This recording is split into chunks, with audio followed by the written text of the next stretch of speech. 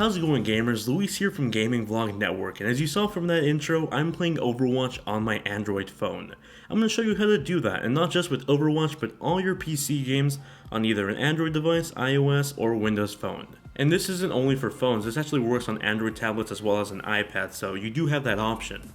What you're going to need for this tutorial is a mobile device with either iOS, Android, or Windows phone, a capable gaming PC. Yeah, you're not actually running Overwatch at 1080p 60 on just your cell phone. You do need a PC that can actually run the game, as well as some free software I'll have linked in the description below. So the first thing you're going to want to do is download the PC software in the description. It's called Kino Console. When you go over to the website in the description, go to the PC server tab, download and install the software. Once it's installed and open up, it's going to ask you to create a password. This will just help create a secure connection between your mobile device and your computer.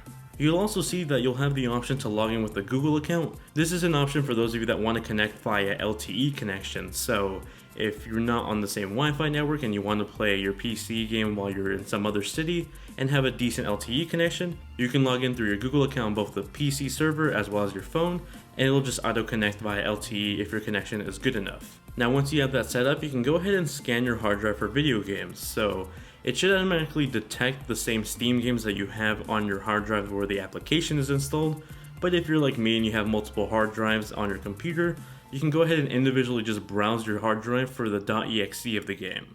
For example, I have Overwatch on a different hard drive, so I had to go ahead and look for the .exe within my Battle.net folder. Now once you have all your games scanned, you're going to want to go turn on one more option, and that's just to emulate the Xbox 360 controller. And this is just so you could actually have a default controller layout on the mobile phone. Now that pretty much wraps it up for the PC part. Let's go over to the mobile phone, and depending on what store you use, the App Store, the Google Play Store, or the Windows Store, go look for the Kino Console application. It should be free.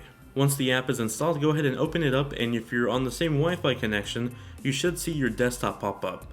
But if you're connecting over LTE, you're going to want to log into your Google account, and then you should see it pop up. When you see your computer as an option, go ahead and click it and enter the same password you set up before. You should then see the library of games you scanned before, and usually Steam Big Picture Mode is one of the options there. You should go ahead and launch that if you want to launch a Steam game, just because it's the most friendly UI for a Steam game. It basically allows you to access your entire Steam library within a friendly mobile UI. Now by default, the phone will act like a mouse, so anywhere you touch on the touchscreen is essentially a mouse.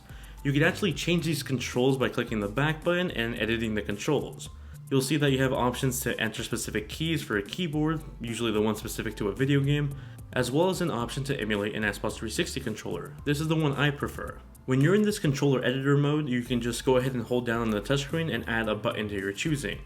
And you can sort of customize this to your preference per game. So if you're playing a first-person shooter and you need 2 analog sticks and all the buttons that you need for that game, you can go ahead and add those buttons. But if you're playing something like a platformer that just needs a D-pad and an A and B button, you can just add those as well. If you pay for the Pro version of Kino Console, you can actually change the size and the opacity of these buttons as well. But if you're just doing the free version, you have to use the default option. Now if you have something like a Bluetooth controller or something that can connect directly into your phone as a controller, you have that option as well. Just go to the settings section of the Kino Console application and you'll see that you can use a gamepad controller there too.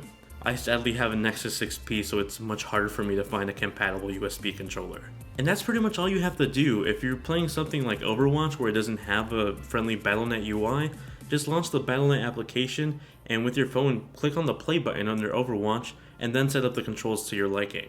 And that's pretty much it. Thank you all very much for watching the tutorial. Hope you guys found it enjoyable and useful. If you did, smack the like button, share it with your friends, show off that you can play Overwatch on your cell phone like a badass.